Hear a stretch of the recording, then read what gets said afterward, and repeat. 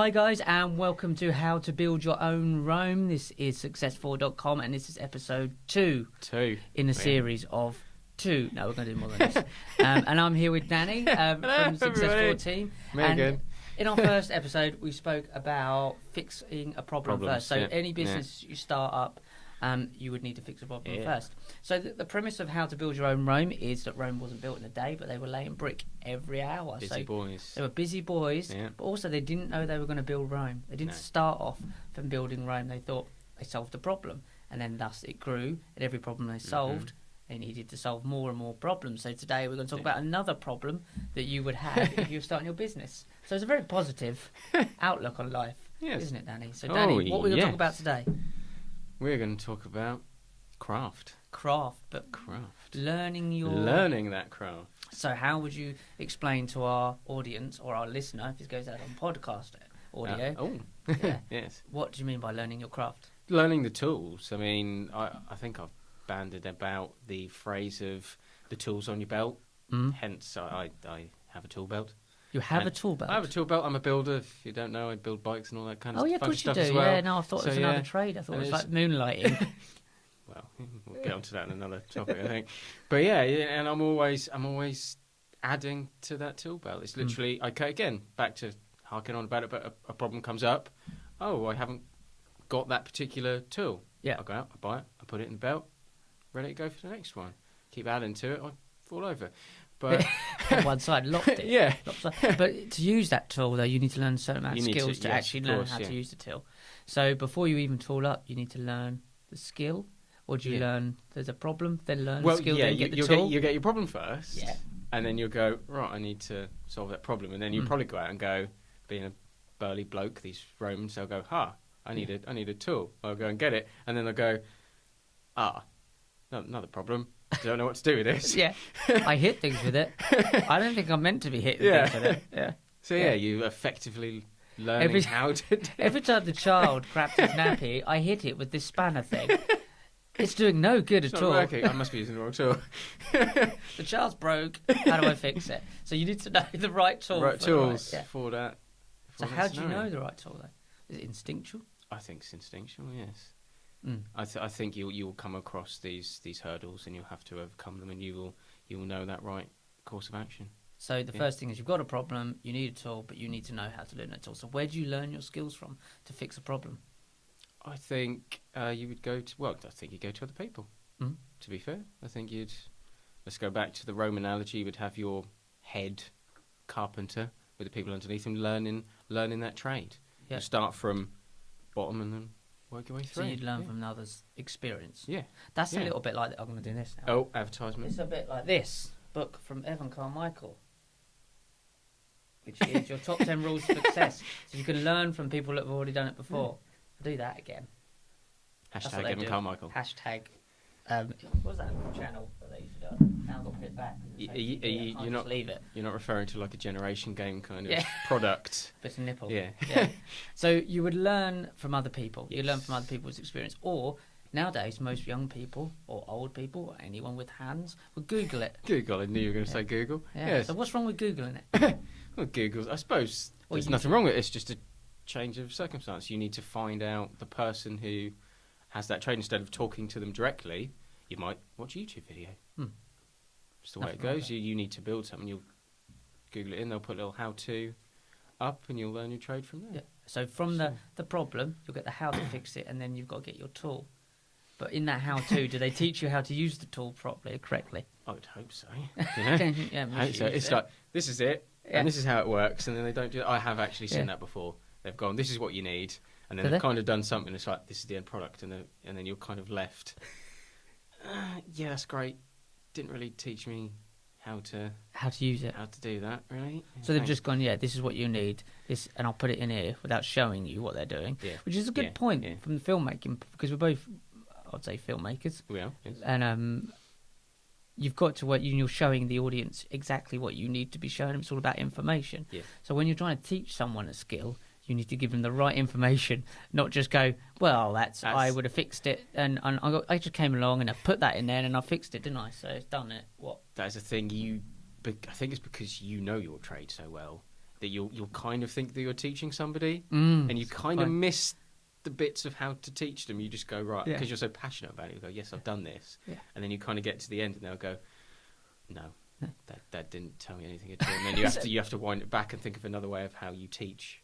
You do, yeah. So person that teaching thing. and doing a completely different skill sets in themselves. So how did the first person who taught someone learn to teach? Who taught him? That's trial and error. That's I'm going to get it wrong a few hundred times, and then I find out the perfect scenario, and then I'll. That's a really good point, and it's trial and error. And anyone who's starting up a business or a project and that will do a lot of trial and error before they get the one that's right. I think even works. Even somebody's watching now, even if you Google it, depending on what your trade or your skill is going to be, you'll Google it, and you'll even if they're the greatest teacher in the world, you'll have to try and practically applicate it to whatever you're doing, and you might get it wrong the first time. Even though it's not going to sink in straight away, you'll need to sort that out. Try it, even if someone teaches you have to do it. You one of the people that can you learn from being shown, or do you have to do it to learn it? I'm a doer. So you have to kind of do it, or it won't stick in your head. No, I was really bad at school for that.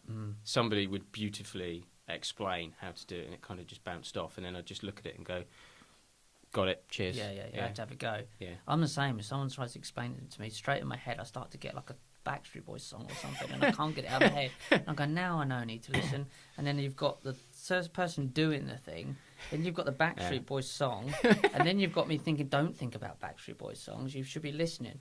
And then you've got the other, and then you totally just underneath all of this. So I need to have a go, because you get distracted really, really easy. Well, if you get instructions, like an IKEA instructions, can you ever understand them? Oh, I'm quite good at that. Yeah, really? Yeah, I've had a bit of practice of that though. From the book, bikes. Yeah, bikes and other furniture-based applications that I've had to do in the past. It always comes to me.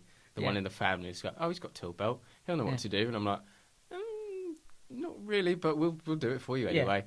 So I've only ever put together like some bedside cabinets. Yeah. I was quite drunk at Did the you time. get it? Did you get it wrong though? Like a door on the top, and then kind of made a fridge somehow. Yeah, well done. It was cold. There was a hole for it. It was windy. It was. Yeah, it was. So you have to learn your skills, but I can't. I need to do it. So experience is a thing, but once you've got the problem. So what was our main point? Our main point was you need to skill up, and to do that, you need to maybe look to people that can help you. Yeah. So learning's great. Yeah, practical application is fantastic. Finding the right people in the right place to get you on that track, and then maybe practical application to finish it off, and then you're good to go. You're good to go. So someone we're looking at. So in each one of these episodes, we look at someone that we believe has done quite well with this skill set. So we are looking at Mr. Elon Musk today. Ooh, yes. Mr. Elon Musk. He was the founder of. Well, he's got SpaceX now, but it was PayPal, wasn't it? Was PayPal? PayPal. Was it recalled before? I can't remember now. I can't remember. But. Yeah, he developed it, and then I think it turned into PayPal. It was bought and turned into PayPal. And he's solving a problem, so he's skilling up from that. How do you skill up from PayPal to I'm going to be the first person to put a car on the moon, or whatever he's trying to do these days? It's a very crazy one. I think he's a very crazy fellow. But how? Because he owns Tesla, doesn't he? Yeah. Which is the electrical car solutions. That's it. I think. Yeah. But isn't he trying to put it on the moon? I think he already did. I don't know if that was meant to be a conspiracy theory or not, but he put one up there and they filmed it. And he's just sitting there. It's just sitting there. It won't come back down. It's just on a satellite in space. It's just going to roll around. Very expensive. I don't know how expensive satellites are, but you put one of those cars up, you just down into the... So he's gone, well, now I don't know what to do with it now. I think I remember seeing an interview and he said everyone thought it was fake because it looked so fake. Yeah. Because there was nothing in the background. It's like when you're a filmmaker, trying to film... There was a famous film made by the guy from... They made a film about him called The Aviator. The Aviator. Not The Avatar. Blue people. The Aviator. I can't remember his name now. Yeah, I know what you mean, yeah. And he did a film... I can't remember what it was called either, but it was about planes flying in the air, and he realised that the reason why they didn't look like they were flying because there was nothing behind it, clouds moving the other way for them to contrast against. And I think that was the problem. He shot There's just nothing there. You need to actually edit in some stars or something to make it seem more real. Yeah, see something revolving in the background. So isn't it funny that all of that, you managed to go and shot a car into the atmosphere and gone, didn't really think this through. Yeah. Didn't think about the background moving. Should have watched The Aviator, not The Avatar. And they would have got it. So even he needs to skill up. Cock that one up, didn't he? Well, yeah. Yeah. Well, he did, because it's like everybody thinks. To be fair, the mission was to get the car into space. That's a good point. Did it? Yeah, not get a nice angle of it. He's not cameraman. You're probably right. Yeah. But yeah. So in 2013, apparently Musk introduced his latest endeavour, the Hyperloop. Let's have a look at this. A new form of transportation that could theoretically send people from San Francisco to Los Angeles in half an hour by way of pressurised tubes sucked up a Hoover. It was massive Henry Hoover. Well, they don't suck anything up. Musk has said if no one else will build it, he will do it himself. What a great attitude. Is he going to do it first to Apparently. test it? So it's called the Hyperloop. So it basically you stand in San Francisco and then you just get... Whoop. Isn't that like Futurama stuff? Yes. Isn't that? Yeah. Yeah. He's seen Futurama. And gone, we'll make one of those. We will do one of them. Notwithstanding, it sucks your skin off your bones. Yeah, would health and safety test that first, please? We sent Ken. Ken had a go. Skeletons in San Francisco. His eyeballs are in Los Angeles. I mean, it's just, we're getting there piece by piecemeal. Literally, we have sent a little bit of him over there. But he's again like Branson we had before. He's a good ideas man, I think. Is that a good idea? He's an ideas man. Yeah. Good or bad, he's an ideas man. He had an idea. He'll see Futurama and go, right, I want to make transportation better. I don't know if that's probably the best way to go about it, but yeah, he's trying to rejuvenate that industry in a new futuristic way.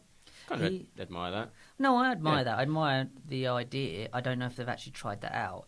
I mean, that was the last fact I found about him, to be honest. Fair enough. Elon Musk owns Wet Nelly. You ever heard of that? No. A custom-built Lotus Esprit submarine car from the James Bond film Spy Love Me. Oh, he bought that. It's custom-built. So would that work, submarine cars? No. Not with a sunroof. That's why it hasn't... Proud of that one. So, yeah, basically, we were looking at... So, Musk has 5 sons. I'm assuming he means children, as in, like, they'd orbit him. If anybody's going to have 5 sons, as in the... the orbit. It's going to be him. Musk has reduced the cost of reaching the International Space Station by 90%. He's reduced the costs, bringing it down from 1 billion per mission to 60 million. It's pretty good, isn't it? Yeah. You got again, the tools to his belt are just... I'll use the word astronomical. It's weird though, isn't it? Yeah. It's like he's gone, they'll go space stuff now. A bit like Richard Branson, to be honest. Yes, again, got the money, I'll go, right, let's see what I can improve in a really strange way. At age 12, Musk taught himself computer programming. That's crazy. Absolutely insane. And created a video game called Blastar, as in star. Oh, yeah. Which he sold for $500. Yeah. You played that? No, I just remember it. I must watch a YouTube video on it, and it pops up with these success stories. And again, making a game at 12. That's ridiculous, isn't it? I mean, now we've got the App Store, and people are making these mini games, and they're selling them for a couple of quid here and there. But then I can't imagine it would have been easy. That's $500 when he was 12. Yeah, I mean, I don't know how old he is now, but that must have been in the 70s, I'd assume. In 1999, Musk co-founded XCOM. That was the one before X.com. XCOM is not that one. It's the one with boobies.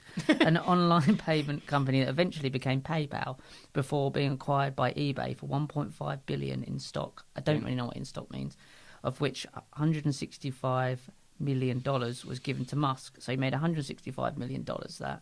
That's crazy. Which isn't that much of $1.5 billion. Got to start somewhere. Yeah, I never felt ripped off there. Musk co-founded Tesla Motors, a company that designs and manufactures electric sports cars, just sports cars. Tesla was able to succeed in the electric car market, where other large manufacturers failed. He now serves as CEO and chief product architect at Tesla. Have you ever seen a Tesla motor car? A couple. You've seen them? Yeah. I don't know it's just like go past me at the speed of light. I'm sure it's. Are they fast? Yeah. Don't they just charge They're them? beautiful things. Are they? They're lovely. Well, I saw, again, you were saying he just does sports. That's what cars. It says. I'm sure he was in development. I don't know if he finished it or not. It was some kind of lorry to carry supplies around, and it was an electrical version. I think it was fully automated as well, which is probably why it hasn't hit the market yet. It's probably hit a wall. Iron out the ring. Yeah, exactly.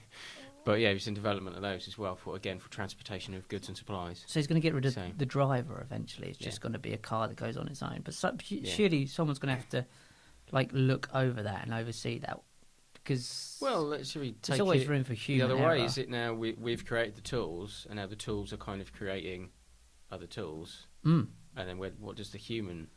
Well, it makes sure that when the tool breaks, which inevitably it will, because it's made by humans. Yeah. So it's always going to need a human to uphold it, because we're the only. This is what I don't agree with. The people saying AI taking over. It's not. It's not creative. It can't create anything. It can only create as much as you've created into it. It's finite.